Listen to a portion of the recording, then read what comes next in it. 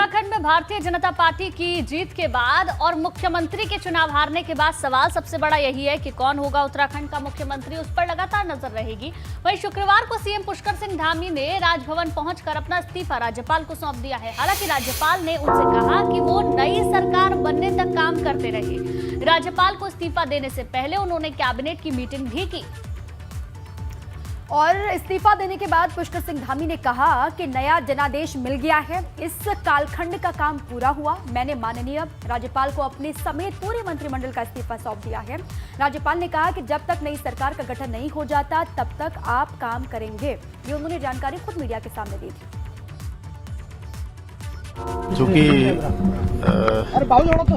नीचे करो ना, नया जनादेश मिल गया है और इस कालखंड का जो काम था वो कालखंड पूरा हुआ है, तो मैंने महामहिम राज्यपाल जी को अपने समेत पूरे मंत्रिमंडल का इस्तीफा दे दिया है। और महामहिम जी ने कहा है कि जब तक नई सरकार का गठन नहीं हो जाता तब तक आप काम करें। धन्यवाद।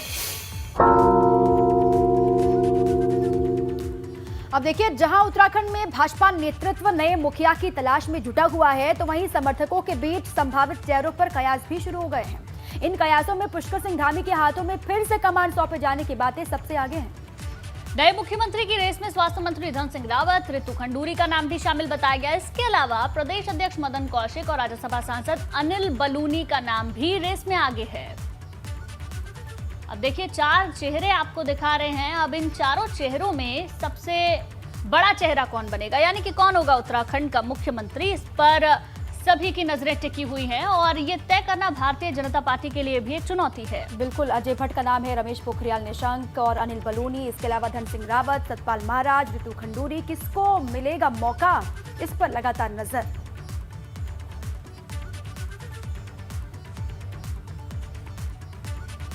अब देखिए, उत्तराखंड में चुनाव नतीजों के बाद तस्वीर साफ हो चुकी है। हर तरफ भाजपा की ऐतिहासिक जीत की चर्चा है, लेकिन इन चर्चाओं में उनका भी जिक्र शामिल है जिन्होंने प्रदेश में सबसे ज्यादा वोट अंतर से जीत हासिल की, जिसमें निर्दलीय विधायक भी शामिल हैं।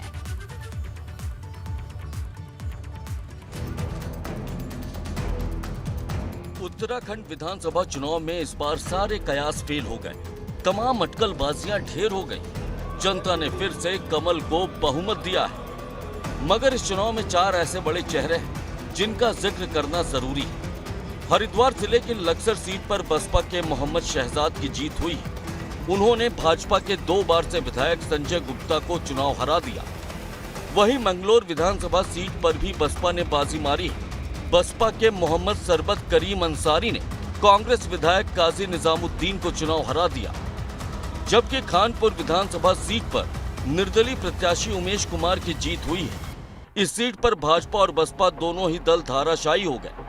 रानी देवयानी विधायक कुंवर प्रणव सिंह की पत्नी है। इस बार भाजपा ने प्रणव की जगह उनकी पत्नी को टिकट दिया था, मगर खानपुर की जनता ने इस बार मूड बदल दिया और उमेश कुमार को विधायक चुन लिया।